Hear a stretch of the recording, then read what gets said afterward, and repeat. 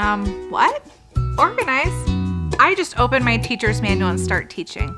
If there's an activity, I just cut it out while my kid reads to me. Or better yet, I have her cut it. You're doing a great job, honey. For me, I like to take it up a notch. I prep my lessons a week in advance. I go through the teacher's manual to find out what I need for the week. I cut out the activities, then I zip bag it all.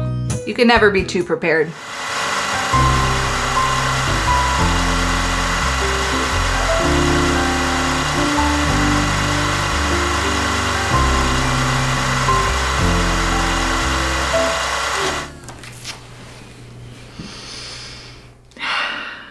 Almost ready for lesson 1. All About Reading comes to you already organized, but feel free to add some of your own personal touches, like prepping weekly, monthly, or even laminating everything.